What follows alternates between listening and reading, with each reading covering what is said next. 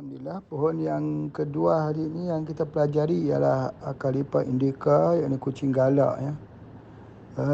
Pohon ini banyak tumbuh di halaman rumah kita ya, atau juga dikenali sebagai cekak emas. Biasanya herba ni sangat-sangat bagus. Dia digunakan untuk peningkatan hormon, utamanya untuk hormon lelaki. Jadi di mana pokok ini dikeringkan terlebih dulu keseluruhannya, kemudian direbus dan diminum ya. Jadi dia meningkatkan libido lelaki. Kebanyakannya kita lihat ini banyak ilmu-ilmu herba ini yang dipandu daripada kejadian ataupun melihat bagaimana haiwan itu menggunakannya. Kita lihat bagaimana ketika burung suatu saat dia akan pergi mematuk-matuk air laut ya, sebab ketika dia sedang demam atau ketika dia sedang, orang kata, dalam keadaan yang tidak sihat.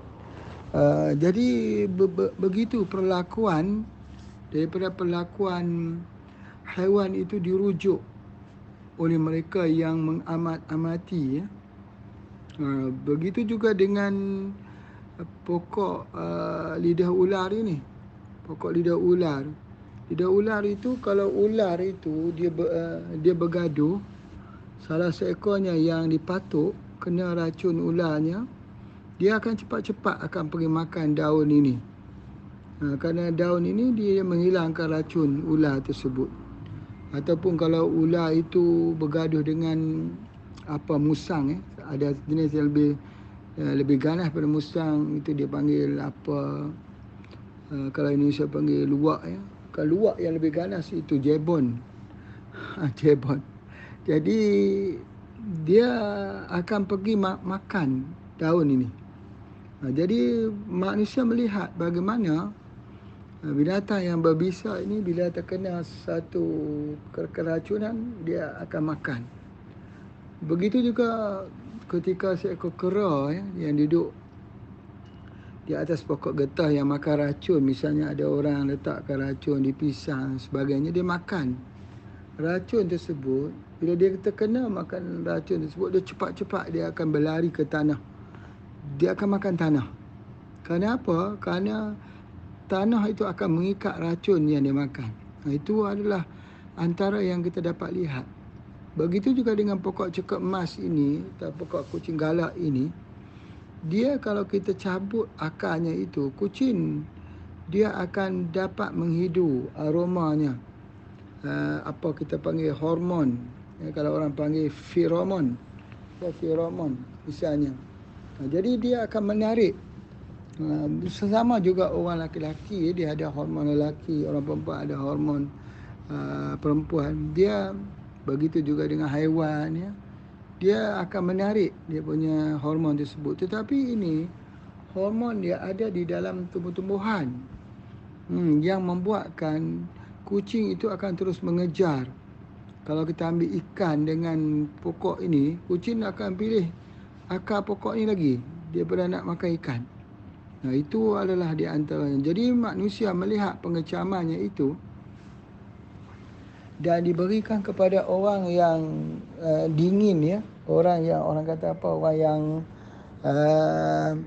yang dingin lah, frigid ya, frigid. Begitu juga dengan perempuan yang dingin ya, dia tak suka bersama dengan suaminya.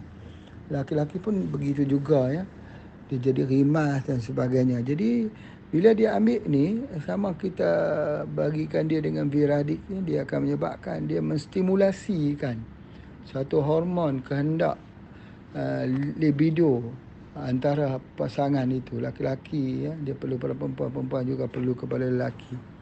Jadi sebab itu dipanggilnya ini dengan pokok kucing galak.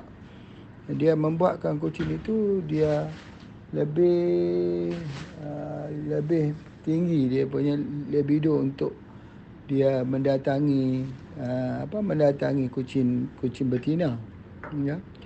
Sama juga dengan pokok tunggak ali. Pokok tunggak ali pun satu benda yang sama berlaku kepada perempuan. Kalau selalu perempuan ambil kopi radik ada tungkat ali itu, selalunya dia akan mencari pasangannya itu. Sehingga dibuat tes diletakkan dengan rintangan listrik ringan ya. Tikus-tikus yang diberikan ekstrak daripada pokok tungkat ali boleh cross listrik yang ringan itu kerana nak pergi kepada tikus jantan. Dan begitu juga dilihat daripada kekerapan dia nak pergi kepada tikus jantan itu lebih banyak daripada tikus yang tidak diberi ekstrak pokok tungkat ali. Begitulah. Tapi sebenarnya itu adalah fitrah yang orang kata fitrah yang tidak berlebihan. Kalau seorang perempuan itu tak suka kepada laki-laki atau laki-laki tak suka kepada perempuan, itu luar daripada fitrah. Kerana fitrah itu Tuhan yang ciptakan untuk manusia itu supaya menjadi umat yang ramai untuk mengisi di atas kehidupan dunia ini. Itu yang pertama ya. Kemudian seterusnya pokok kucing galak ni kita guna untuk asam mulut lah. Banyak orang yang ada seriawan, kita rebus dia komor-komor. Kita tidak perlu kita gunakan ubat seriawan tu daripada kimia ya.